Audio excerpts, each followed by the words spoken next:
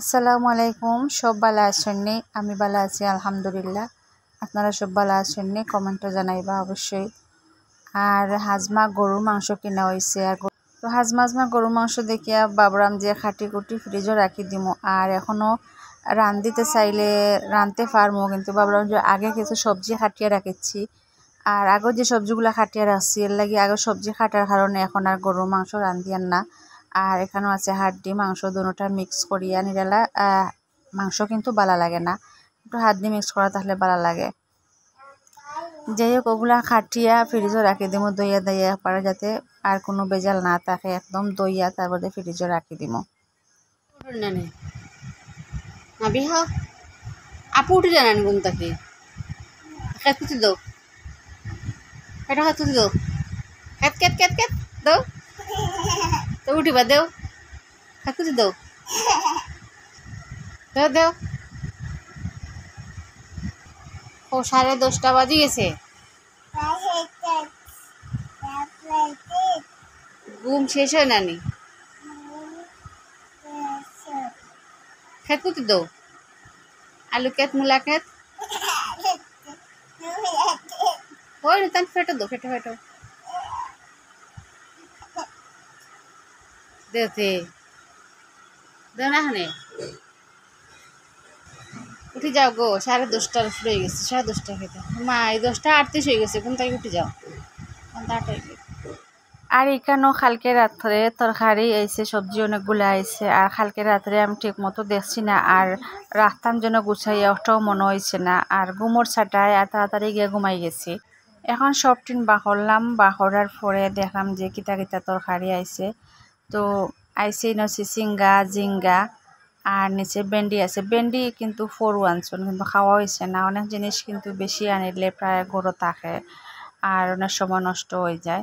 তো সব সময় চেষ্টা করি যাতে নষ্ট না হয়।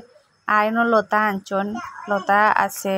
আর চিংড়ির শুটকি গড়ো আছে। অবশ্যই লতা রান্ধিলে চিংড়ির শুটকি অবশ্যই সাথে থাকবো, মাছও থাকবো। মাছ দিয়া শুটকি দিয়া আর চিংড়ির শুটকি দিয়া কচুর লতা রান্ধিলে কিন্তু মজা লাগে। আর চিচিঙ্গা জিঙ্গা এখন রান্ধি আর না, এখন খুব আমি শশা হাটিয়ে রাখছি, শশা রান্ধিতাম করিয়া। আর যেহেতু শশা রান্ধিতাম, এখন আর ইতা করিয়ান না। গরুর মাংস এখন রান্ধিয়ান না, শশা কাটা। এখন যদি এই তরকারির মধ্যে যে কোনো একটা তরকারি রান্ধিলে তাহলে শশাগুলা নষ্ট হয়ে যাব। এর লাগে শশাগুলা আগে রান্ধিয়া আগে খাওয়া হয়ে যাক, তারপরে স্টেপ বাই স্টেপ একটা বাদে একটা খাওয়া হইব। কারণ সবগুলো তরকারি তো এর সাথে রান্ধিয়া খাওয়াও যাইতো না, এমনিতে নষ্ট হইব। আর অপচয় করা তো একদম ঠিক না। এর লাগে আগে যেটা খাটা হয়ে গেছে ওটাও রান্ধিলাম। আসলে আমি সিলিন্ডার চুলাত আমি রান্ধা বুয়াইছি, মাটির চুলাত রান্ধা বুয়াইছি না। তার কারণ হইল গিয়া মাটির চুলাত রাঁধিতে একটু সময় যাইব। আর আজকে মসজিদের মেসাবর টিফিনও দেওয়া লাগবো। এই রমজান মাসেও কয়েকদিন দিছি মসজিদের মেসাবর টিফিন, ইফতার দিছি, সেহরি দিছি। কিন্তু এখন রমজানের পরে মেসাবতান বাড়িতে গেছ লাগিয়া এর লাগি আর টিফিন দেওয়া হয়েছে না। আর রমজানের পরে ছুটি কাটাইয়া মসজিদের মেসাব আইসন। তখন আইসন যখন তো প্রতিদিনের মতন আমরা দুপুরে খানি দেই মসজিদের মেসাবর। তো আমরা এটা রেগুলার, আমরা প্রতিদিন রেগুলার আমরা মসজিদের মেসাবর দুপুরে খানি দেওয়া লাগে আমরা বার থাকি। তো হয়তো খাওয়ার মধ্যে সবার চাহিদা মতো খাওয়া দিতাম নাও পারি। মানে আমরা যে টিফিন দেই হয়তো মসজিদের হুজুরের চাহিদা মতো নাও হয়। তবে আমরা সবসময় চেষ্টা করি একটা বালা, একটা উন্নত, একটা সুস্বাদু খাবার মসজিদের মেসাবে দেওয়ার লাগে। তো আমরা যেটা খাই, যেদিন যেটা থাকে ওটাও দেই। মাটিতে বলে গেছি যে আমি শসা কি জাত মাছ দিয়ে রাঁধিলাম। তো শসা মাছ রাঁধিলাম আমি তেলাপিয়া মাছ দিই। তেলাপিয়া মাছ দিয়ে কিন্তু শসা খাইতে দারুণ লাগে। যে খাইবা বা যারা খাইছেন তারা অবশ্যই বুঝবা। তো মাছটা আমি আগে বাজিয়ে রাখলাম, এখন মাছটা আমি দিলাই আর শসার মধ্যে। আর শসা কিন্তু খুব তাড়াতাড়ি সিদ্ধ হয়ে যায়, এর লাগে আমি চুলার উপরে বেশি সময় রাখতাম না। বেশি সময় রাখলে কিন্তু শসা আবার ভাঙ্গি যাইব, ভাঙ্গিলে কিন্তু একদম গুঁড়া হইলে দেখতে খারাপ লাগবো। যদিও টেস্ট জায়গার থাকবো কিন্তু দেখতে খারাপ লাগবো। তো একটু আমি আস্তে আস্তে তাহার লাগিয়ে আমি মাছটা এখন দিলাইছি, মাছ দিয়া জুল দিলাইছি।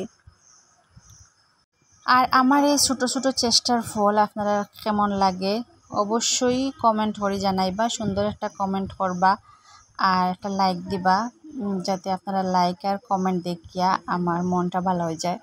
তো এখন ওই গেছে শসা আর তেলাপিয়া মাছর তরকারি হয়ে গেছে।